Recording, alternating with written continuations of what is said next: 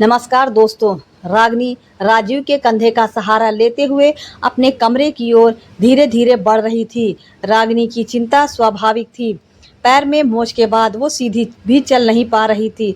दर्द भूलकर उसके दिमाग में सिर्फ आने वाले दिन के काम घूम रहे थे। तुम्हें भी भगवान आज का दिन ही मिला था मुझे चोट देने को। दीदी भी कल आ रही हैं मम्मी जी, और उन्हें यही लगेगा कि काम ना करना पड़ा, इसलिए महारानी बहाना लेकर बैठ गई। रागिनी चिड़चिड़ करती हुई अपने कमरे में चली गई। दिखावा। राजीव पत्नी की परेशानी समझ रहा था, लेकिन ना तो बहन को समझा सकता था ना माँ को, क्योंकि माँ बेटी दोनों ही स्वभाव की गरम।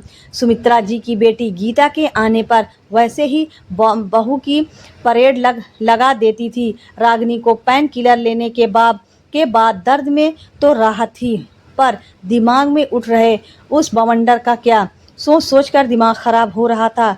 छोले भिगो दिए हैं, कल भटूरे ना बनाकर रेडीमेड कुलचे मंगवा लूँगी।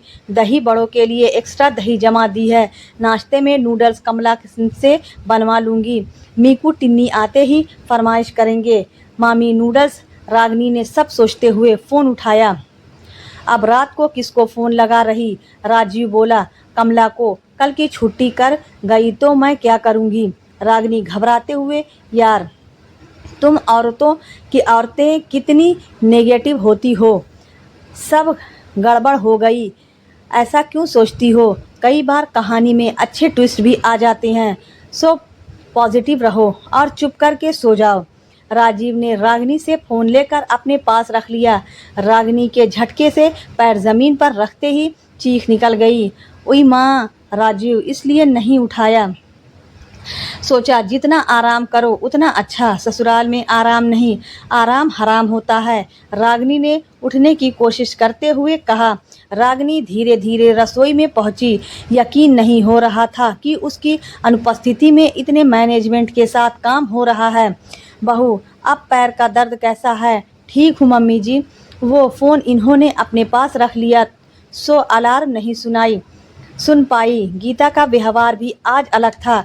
वो भाभी भाभी चिल्लाने के बजाय अपने बच्चों को खुद ही सर्व कर रही थी।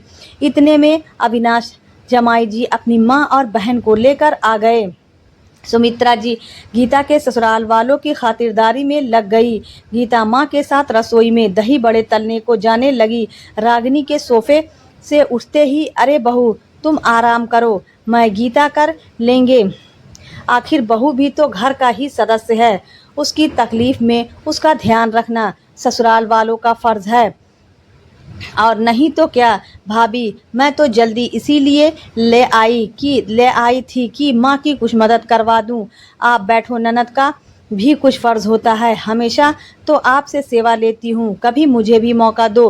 रागिनी असमंजस की स्थिति में थी। ये मेरी चोट का असर मेरी सास नंद के दिमाग पर हो गया क्या। एक रात में इतना कैसे सुधार गई। रागिनी के चेहरे के भाव पर राजीव पास आया, कान में बुदबुदाया, कैसा लगा ट्विस्ट, मज़ा आ रहा है ना।